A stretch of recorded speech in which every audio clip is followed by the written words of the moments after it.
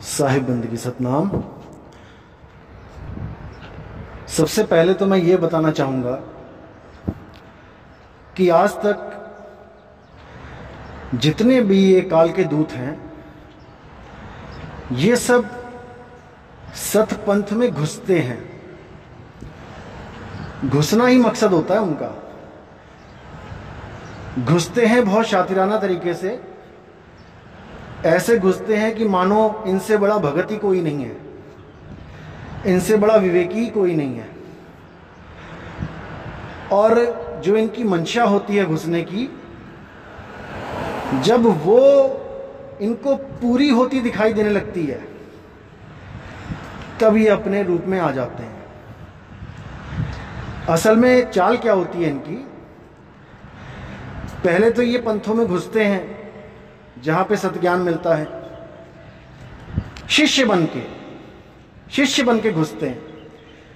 उसके बाद जब ये सब जानने लग जाते हैं, गुप्त भेदों को प्राप्त करने लग जाते हैं, तब इनके मन में मंशा आ जाती है कि क्यों ना मैं भी महान बन जाऊं इस दुनिया में।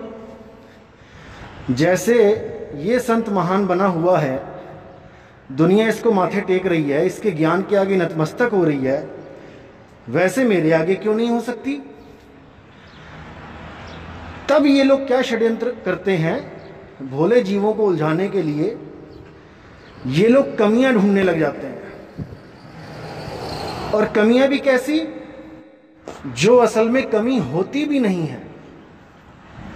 ये केवल बहाने ढूंढते हैं किसी को गलत साबित करने के लिए। और यही हो रहा है आज भी। देखिए कैसे ग्रुप में चमके हुए हैं सारे। और सबसे बड़ी बात यह है कि ये झूठा सिद्ध करने में लग जाते हैं कि नितिन दास झूठा है। अब इन लोगों की बुद्धि, इन लोगों की मति कहां मारी गई है, मैं तो यही सोच के हैरान होता हूं। कबीर सागर में लिखा है कि परमात्मा ने 16 पुत्रों को पैदा किया। कबीर सागर में लिखा है, लेकिन नितिन दास ने बोला नहीं, 16 पुत्र नहीं, 16 गुण होते हैं। वहां पे नितिन दास सच्चा है, झूठा नहीं है। उसके बाद उसी कबीर सागर में लिखा है कि काल भगवान को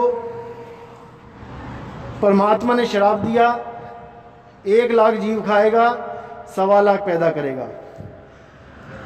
उसको नितिन दास ने खोला और वो जो वहां पे भेद था उसको उजागर कर दिया। तब नितिन दास झूठा नहीं हुआ, तब इन्होंने मान लिया कि हां सच बोल रहा है। जब कबीर सागर में लिखे हुए सतलोक, अलख लोक, अनामी लोक, इन सबको नितिन दास ने खंडन कर दिया, तब नितिन दास झूठा नहीं हुआ, तब वो सच्चा ही हुआ और उसकी बातों पे मोहर लगी। अब जब 5505 की बात आई, जब 5505 की बात आई और मैं कह रहा हूं कि यह भी भेद खुलेगा, समय आने दो खुलेगा, तब इन लोग को इस बात पे यकीन नहीं हो रहा है। यकीन तो हो रहा है, लेकिन झूठा सिद्ध करना है, अभी के अभी करना है। इनको बदहजमी हो गई है।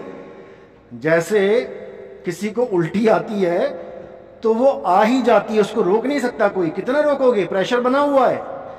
ऐसे ही इन लोगों के अंदर प्रेशर बना हुआ है कि नितिन दास को गलत साबित करना है, बस कैसे भी गलत साबित करो। और उसके बाद क्या होगा? उसके बाद ये लोग खुद को गुरु बना के दिखाएंगे कि देखो हमारे पास है असली ज्ञान। अरे मूर्खों, बाप बाप रहता है, बेटा बेटा रहता है। अभी पैदा तुम लोग हुए नहीं हो और बाप बनने के सपने देख रहे हो। क्या तो तुम्हारी दुर्गति होगी और क्या तुम्हारा हाल होगा, अभी तुम्हें इसका ख्याल नहीं है। कबीर साहब ने इसीलिए संकेत दिया था कि सारे पंथों को एक कर दूंगा, और ये लोग एक ज्ञान को अलग करने में लगे हैं। ये जितने भी घुसे हुए हैं, इन लोगों का इंतजार है मुझे कि ये लोग अपना असली रंग दिखाए तो सही। इनको कान से पकड़ के बाहर करना इस पंथ से, क्योंकि साहिब ने कहा है 12 पंथ एक कर दूंगा आके। 1 से 12 तो करने वाले यही लोग थे, इसीलिए आज तक इतने धर्म, इतने पंथ बन के बैठ गए। वरना क्या था, आए एक ही घाट से, उतरे एक ही बाट। जब एक ही घाट से आए थे तो अलग कैसे हो गए? इन्हीं लोग की वजह से। अब भाई सारा विश्व एक झंडे के नीचे आएगा, वहां पे 2 नहीं होंगे, और ये जितने भी छुपे हुए हैं ये सब निकलेंगे, अभी देखते जाओ।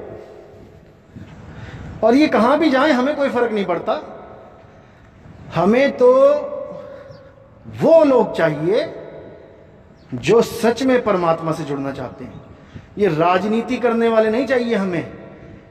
ये कल निकलते हैं, मैं कहता हूं आज निकलो, ये आज निकलते हैं, मैं कहता हूं अब निकलो, और जितनी निंदा करनी है करो, कपड़े धोने हैं धो, हमें तो धोबी चाहिए भाई। सतनाम सतनाम।